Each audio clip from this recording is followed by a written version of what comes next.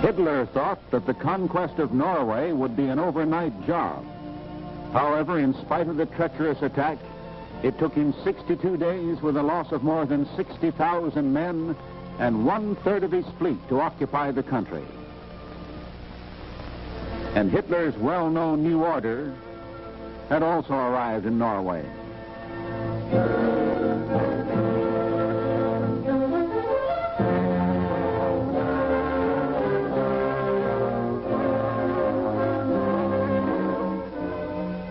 But Hitler never conquered the Norwegian people. From the ruins grew a new hope for a free Norway.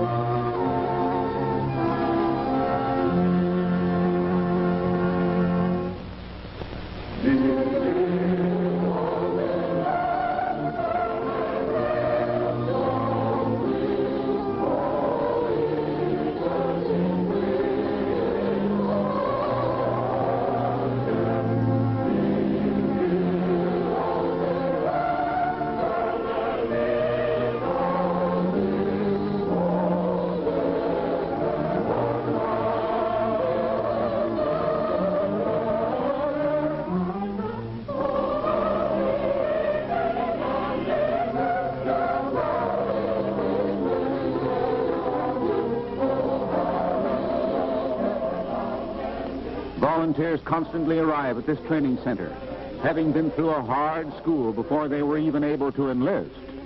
First, the difficulty of escape from Norway, facing the horrors of Gestapo torture and execution if discovered. Compared with these difficulties, even the long journey ahead seemed easy. Many traveled thousands of miles along devious routes, braving hardships and dangers. Thousands escaped across the border to Sweden. Then, by help of Norwegian official channels, they were able to continue through Russia, Siberia, and Japan, and further on Norwegian boats to the east coast of the United States.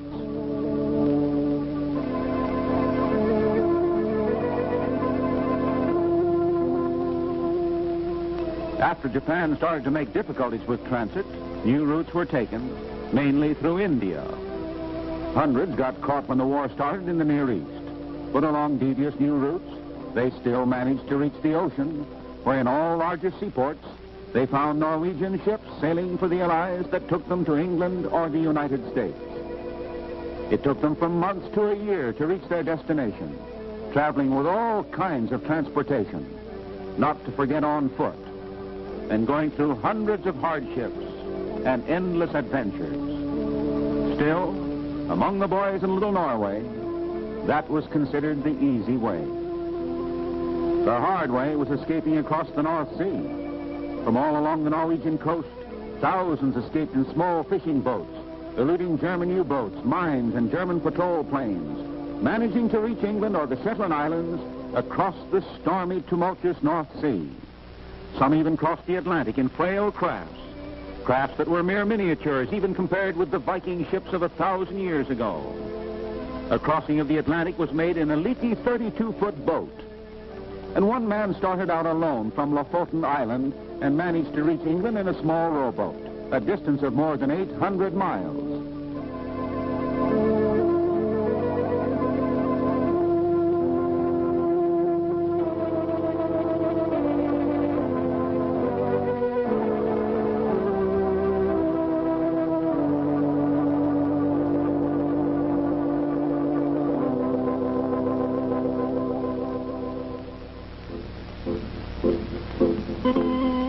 Hundreds upon hundreds of young Norwegians were arriving at the RNAF training camp.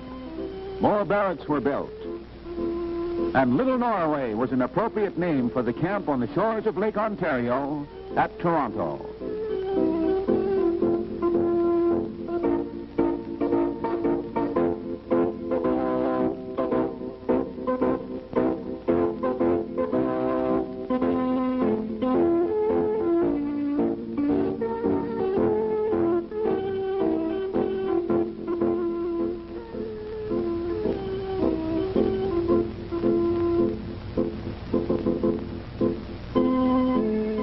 100% Norwegian training center, built and organized by leading officers in the Royal Norwegian Air Force with funds earned by the Norwegian Merchant Marine. From the same source, the Norwegian government also pays all training expenses, including planes and other equipment.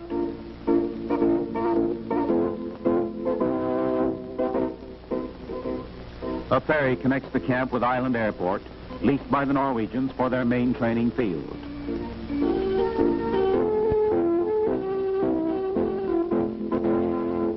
All training planes are American-built. The bombers and fighters, about $20 million worth, were bought by the Norwegian government before the war, but were delivered too late to be used during the campaign in Norway. Now they make excellent training material. The blue and yellow Fairchild training planes you see here were bought later with funds from the Norwegian Merchant Marine, and some of them with funds contributed by Norwegians or friends of Norway in South America and in the United States. They are used for elementary training.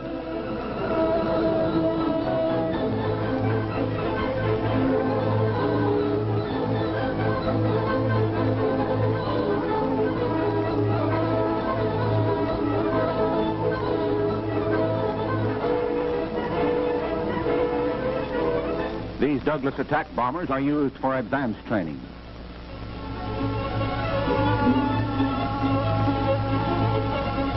Curtiss fighters, also for advanced training.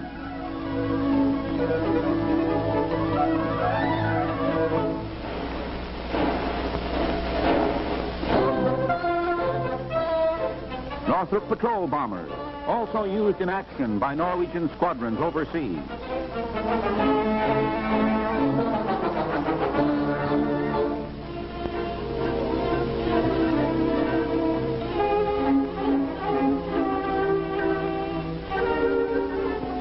Most of the men, of course, want to become pilots. But in a modern Air Force, at least 10 men are needed on the ground for everyone in the air.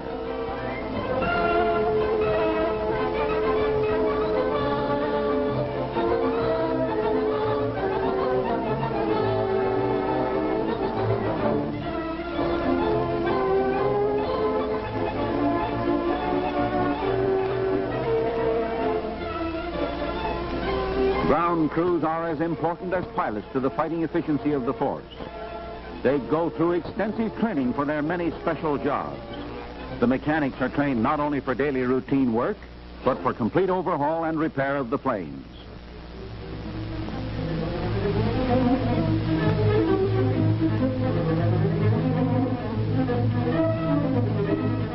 This is a group of fledglings from the elementary training class.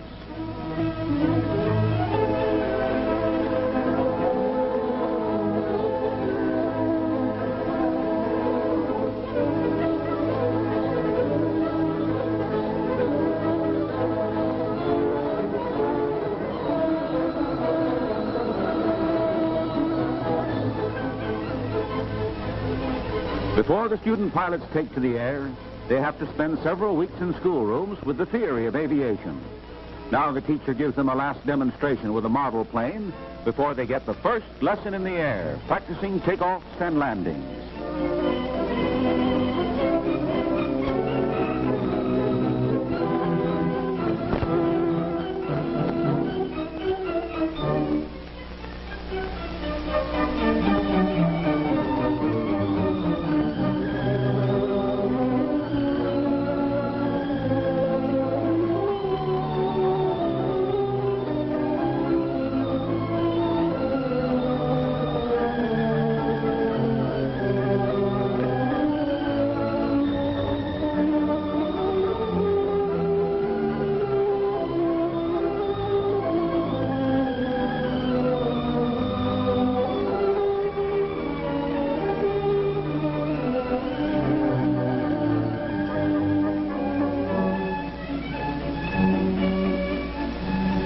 A perfect landing. If the student pilot did this himself, well, then he may get the plane alone next time. And the names on these planes indicate that they are gifts bought with funds contributed by Norwegians or friends of Norway in South America or in the United States.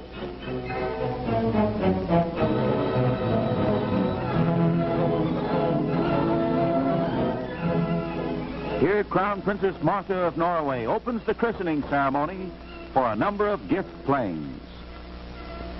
5-year-old Prince Harold, and he seems to be quite proud of performing his first official act.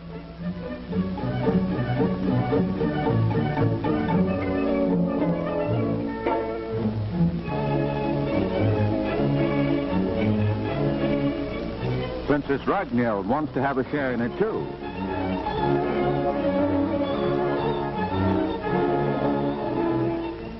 And Princess Astrid.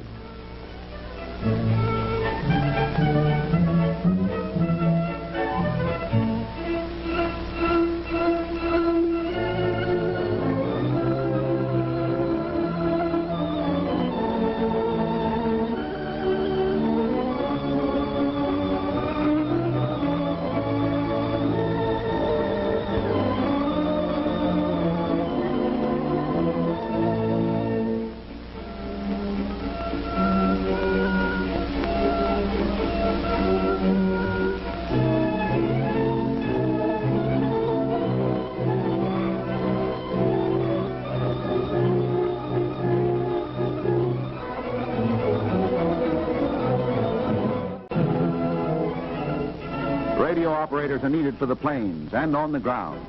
They get a stiff training and have to spend many months in school.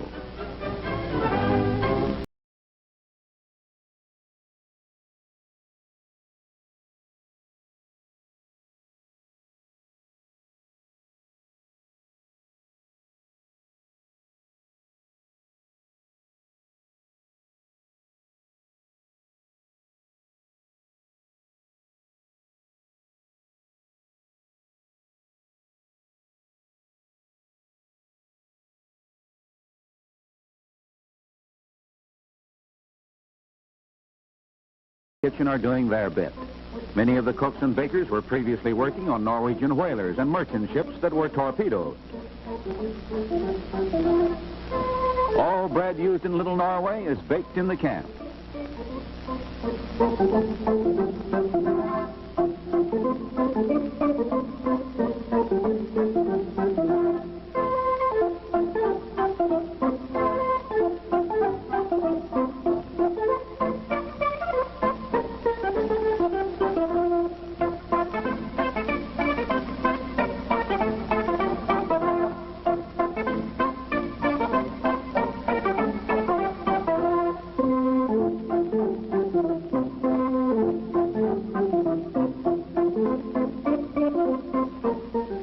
Flying is a young man's job, but an old man can get a chance to do his bit with the Air Force, too. Here is the oldest man in camp, the shoemaker, more than 60. He's full of good jokes, and he does an excellent job.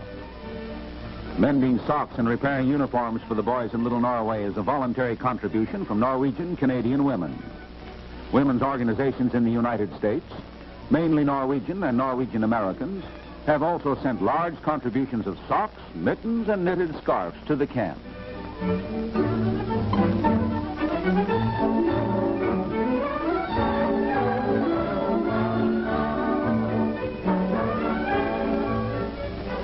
Mail is here. There are no letters from home for the boys in Little Norway, as there is no mail communication with their homeland. However, many correspond with friends in the United States and Canada, and the arrivals of mail and gifts are happy occasions.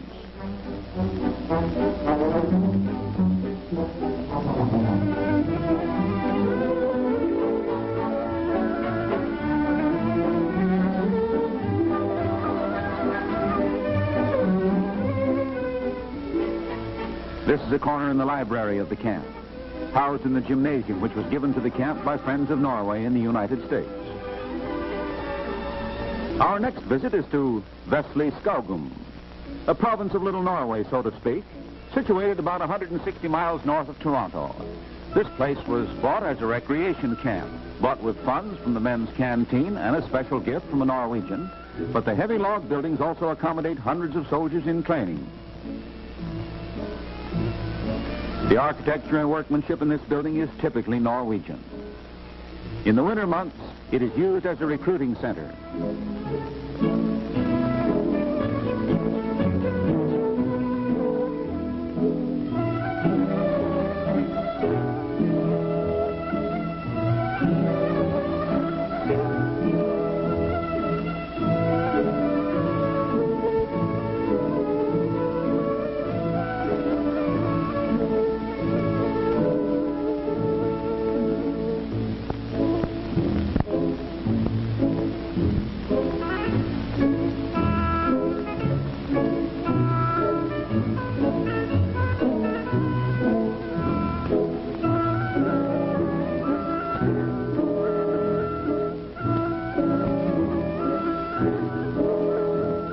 Before the recruits are admitted to the special courses, they have to take several weeks' initial training. This includes drilling, learning military routine and discipline. At WWII, they get this initial drilling course and at the same time are trained as ski troops. For a possible winter invasion of Norway, it is of great value that the Air Force be thoroughly familiar with the military aspects of skiing.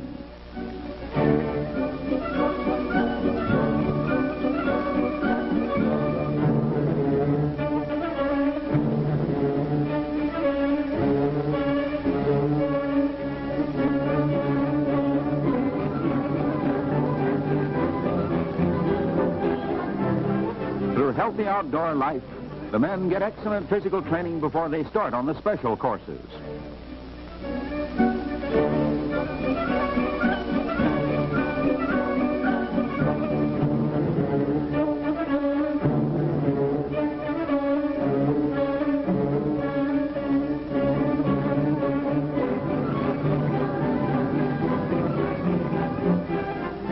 Born skiers, as most of them are, they sometimes participate in ski meets in the United States and Canada when off duty.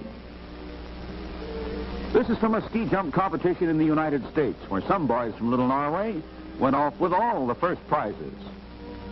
Ski jumping has much in common with aviation. Chances are that men who can fly through the air with wings on their feet, like these boys, will also make good in a plane. In the season of 1942, a young fighter pilot from Little Norway participated in a series of competitions in the United States on a few days' furlough, and he brought back with him to camp the All-American Championship in ski jumping. Here he comes, All-American champ Ola from Little Norway. And I can tell you he operates his fighter plane with equal skill. In the summertime, WWII is used as a recreation center for the men of the Air Force.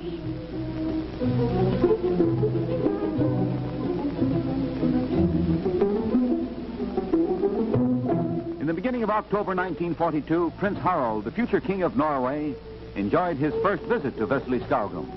Only 5 years old, but look how he handles those oars.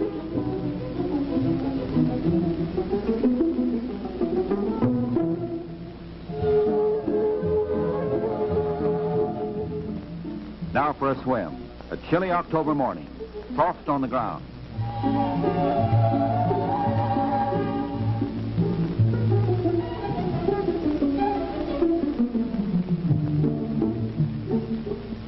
Too cold, he thinks. But if he can do it, I can. So there he goes. A real little Viking he is.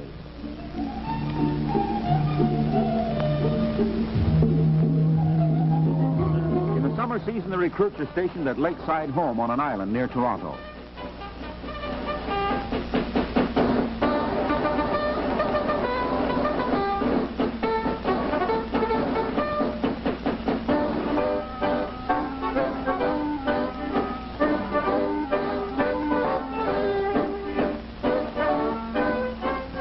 In February 1942, the building of an additional camp started at Muskoka Airport, 120 miles north of Toronto.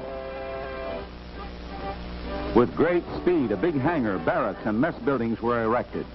And in May 1942, the camp was ready for flyers, and the elementary flying school moved in.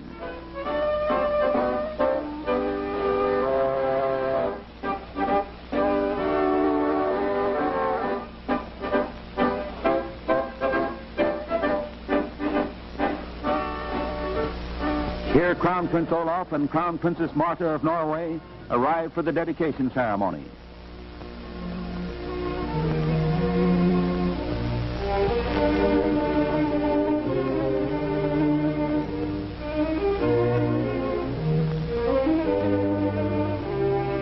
The Crown Prince delivers the dedication speech.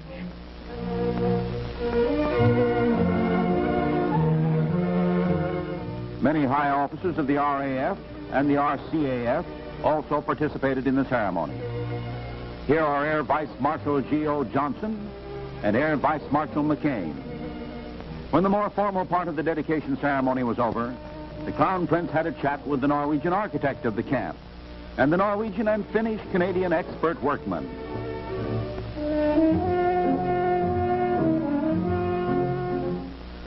Later, Prince Harold inspected the camp. The mascot of this camp is a brown bear, given to the camp as a tiny cub, and it had to be raised on milk from a bottle, but now it's a Coca-Cola fiend.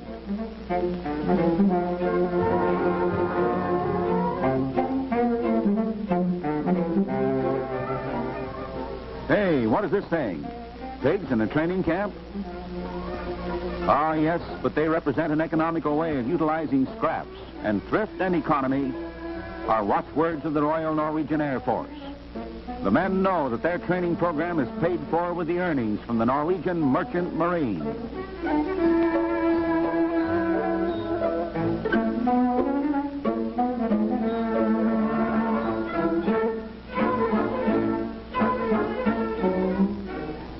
Hard study is combined with plenty of exercise and plenty of healthy outdoor life. Voluntary commando training in hours off duty is very popular, and so is football and soccer and other games. And it isn't just for play and recreation either.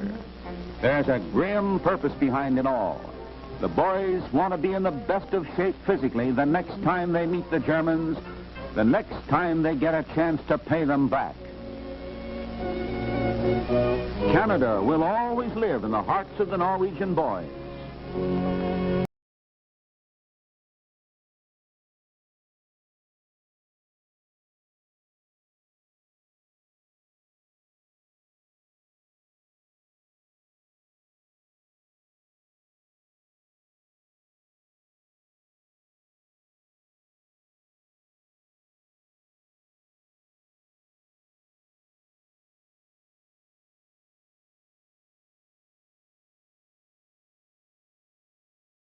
Flying colors of Norway.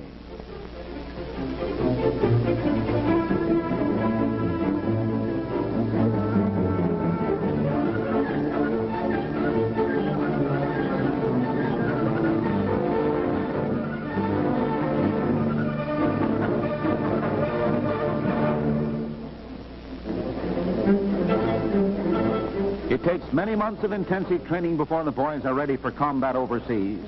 But Norwegian air and ground crews trained at Little Norway have, in steadily increasing numbers, already seen action on different battlefields since the middle of 1941. They are fighting in all Norwegian squadrons, also as individual members of the Royal Air Force. The Norwegian fighter squadrons in Britain have participated in numerous raids on Germany and on different parts of occupied Europe, and they have shown an outstanding fighting efficiency. In the big raid at Dieppe, for instance, they were credited with one of the highest scores of enemy planes brought down by any of the Allied squadrons. The Norwegian fighters represented about 5% of Allied air strength in that fight, but they were officially credited with more than 15% of all the losses inflicted upon the German Air Force.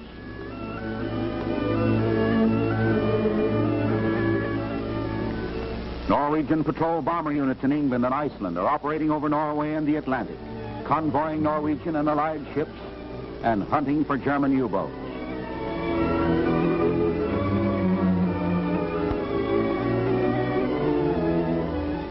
Norwegian pilots are also serving in the ferry command all over this world.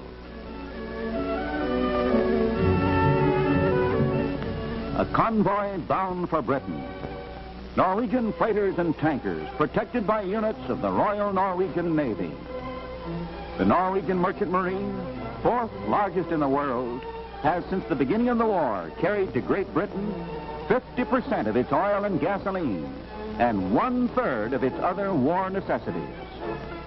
Some of these ships also carry another cargo of special significance. Well-trained lads from Little Norway, boys eager to join the common fight for democracy and for the freedom of their beloved homeland.